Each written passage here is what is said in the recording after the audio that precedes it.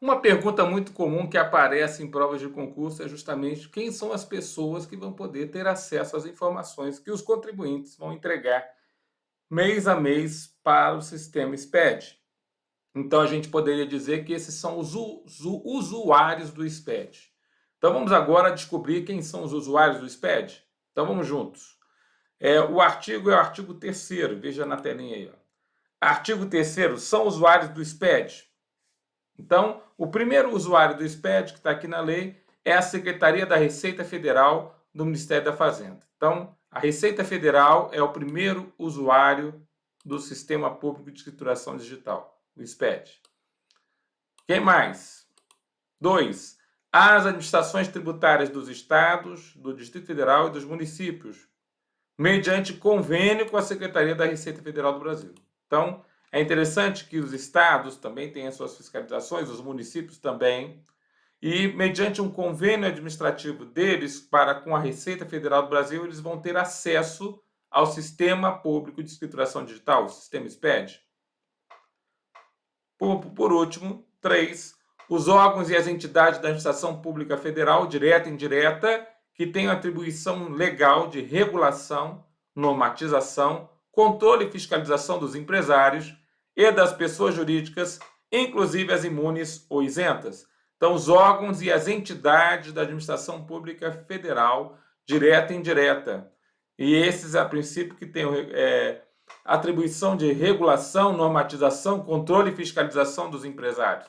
Então, na idade, por exemplo, órgãos que tenham direta relação com regulação, normatização, controle, fiscalização dos empresários dentro da administração pública federal também estão autorizados, né, a serem usuários do SPED.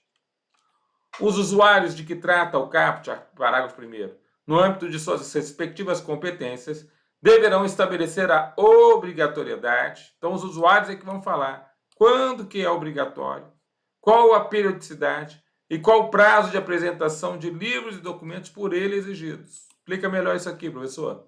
Então, o Sistema Público de Escrituração Digital vai, a princípio, ser composto de livros que os estados, a princípio, precisam, né, que sejam entregues pelos contribuintes, que os municípios, a princípio, entreguem aos contribuintes. Então, o registro, por exemplo, de prestação de serviços é um livro municipal, está relacionado ao ISS, só que cada município vai estabelecer qual que é a obrigatoriedade para entregar aquele livro de forma digital, qual que é a periodicidade, ou seja, de quanto em quanto tempo, e qual que é o prazo para a apresentação daquele livro digital dentro do SPED.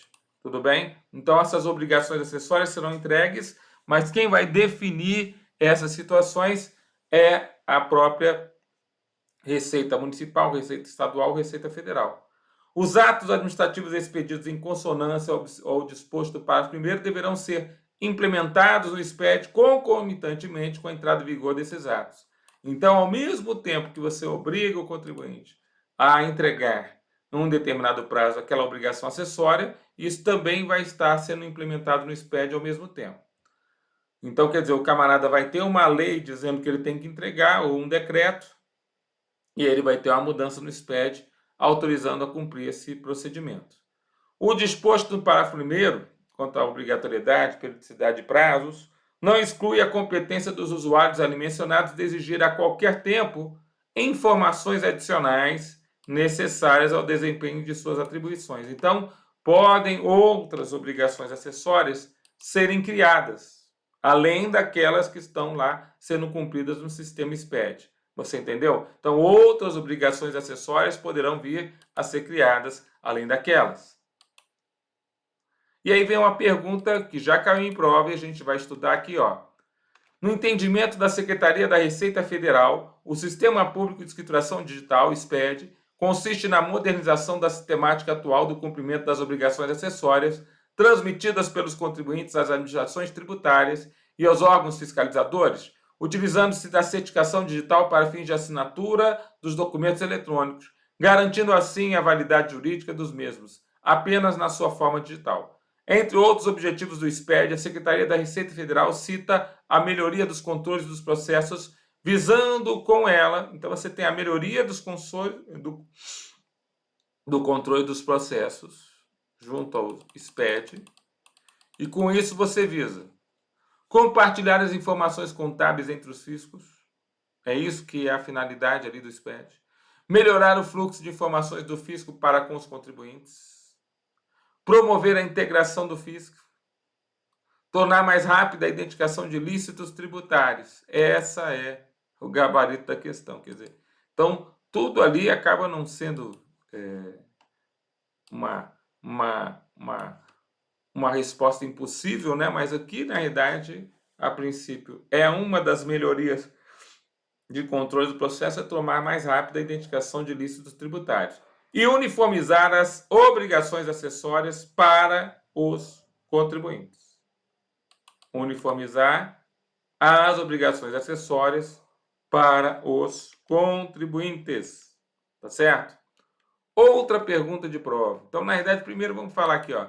Essa história de uniformizar a obrigação acessória para os contribuintes é interessante? É. Promover a integração dos fiscos? Sim, também. Né? Agora, tornar mais rápida a identificação de ilícitos tributários é o que a princípio seria, né, o que se vislumbra, né? Quer dizer, eu consigo aumentar a capacidade de fiscalizar do fisco, né, justamente porque eu torno mais rápida essa identificação dos ilícitos quando eu tenho todas as informações eletrônicas, né, entregues junto à Receita Federal e mediante convênios administrativos junto a estados e municípios, tá certo? Então, isso aí, sem dúvida, é muito importante dessa história. Dentre os objetivos, outra questão, né? Dentre os objetivos do Sistema Público de Situação Digital, o SPED, está a promoção de integração dos fiscos mediante a padronização e compartilhamento das informações contábeis e fiscais, respeitadas as restrições legais. Avalie quem são os usuários do SPED. Então, está aqui a pergunta. Quem são os usuários do SPED de acordo com o Decreto 6.022, de 22 de janeiro de 2007, que o instituiu? 1. A Secretaria da Receita Federal do Ministério da Fazenda. Beleza. 2. As administrações tributárias dos estados, do Distrito Federal, dos municípios, mediante convênio celebrado com a Secretaria da Receita Federal. Também correto. 3. As entidades de classe empresariais representativas dos setores industrial, comercial e de serviços, desde que devidamente registradas e autorizadas pela Secretaria da Receita Federal do Ministério da Fazenda. Essas entidades de classe empresariais representativas são sindicatos, elas não estão citadas dentre, né, aqueles que a princípio são, né, usuários do SPED. Então, os sindicatos não têm acesso a essas informações. 4. Os órgãos e as entidades da administração pública federal, direta e indireta, que têm atribuição legal de regulação, normatização, controle e fiscalização dos empresários e das pessoas jurídicas, inclusive as imunes ou isentas. Tá legal. Item 4 correto. 5. Os poderes judiciários estadual e federal, através dos tribunais de justiça estaduais e tribunais regionais federais, respectivamente, exclusivamente para fins de instrução de processos de execução fiscal, movidos pela União, pelo Distrito Federal, pelos estados e pelos municípios. O item 5 também, os tribunais estão fora do Sistema Público de Escrituração Digital. Gabarito, então, da questão vai ser a alternativa que vai falar 1, 2 e 4. Gabarito da questão, a alternativa C. Beleza, pessoal? Tudo bem? Então, esses são os usuários do SPED.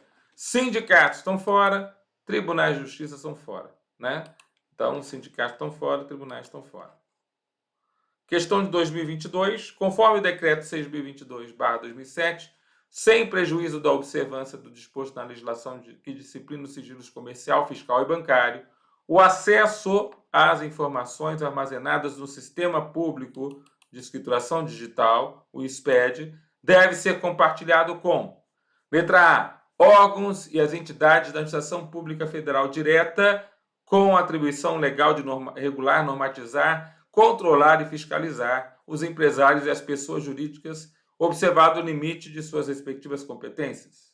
Então, ele deve ser compartilhado com essas pessoas, né? Mas aí ele está falando, ó, administração pública fiscal indireta. Vamos ver aqui, ó. Né? É a direta e a indireta. Então, na verdade, ele está, vamos dizer assim, ele está aqui, ó. Vamos ver aqui, ó, direitinho. Dentro do artigo 3º, ó. Administração Pública Federal direta e indireta. Então, ficou faltando ali, né? Ficou faltando ali um determinado item na pergunta. Vamos botar aqui. Então, só o indireta não é o suficiente, né? Como ele fala aqui, ó. Mas é o gabarito oficial. Quer dizer, mesmo ele colocando só a indireta, essa resposta aqui se tornou o gabarito oficial da questão. Vamos botar aqui, ó. Tá? Público em geral, esse está fora. Né? O público em geral não pode ter acesso a informações que são consideradas sigilosas. Administrações tributárias dos estados, do Distrito Federal, dos municípios, independentemente de celebração de convênio. Aqui está o problema, ó, independentemente de celebração de convênio. Né? Tem que ter convênio administrativo entre o estado e a União, entre o município e a União. Tá certo? Empresários e pessoas jurídicas formalmente autorizados pela Secretaria da Receita Federal. Também não tem isso. Né?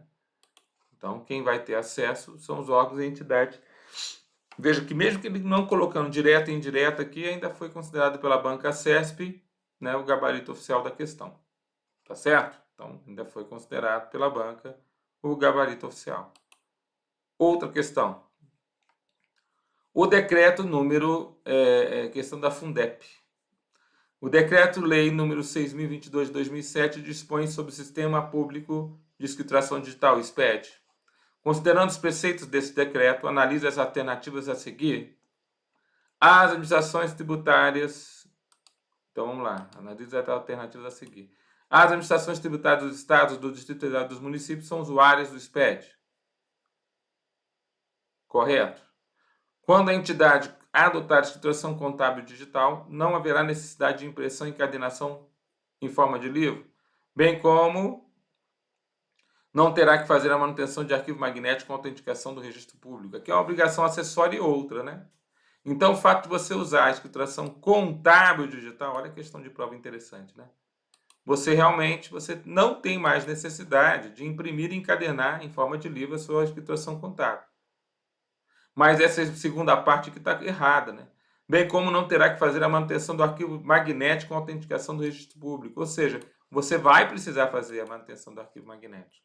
O que é o arquivo magnético, professor?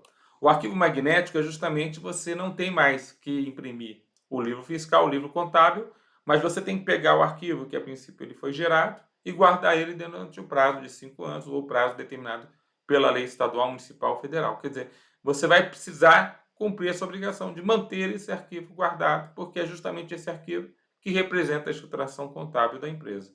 Então, na verdade, o item 2 está falso. O item 3, o acesso à informação armazenada no SPED deverá ser compartilhado com seus usuários no limite de suas respectivas competências e sem prejuízo da observância da legislação referente aos sigilos comercial, fiscal e bancário. Tá certo. Então, os usuários só vão poder acessar aquilo que está dentro do limite da sua competência. Né?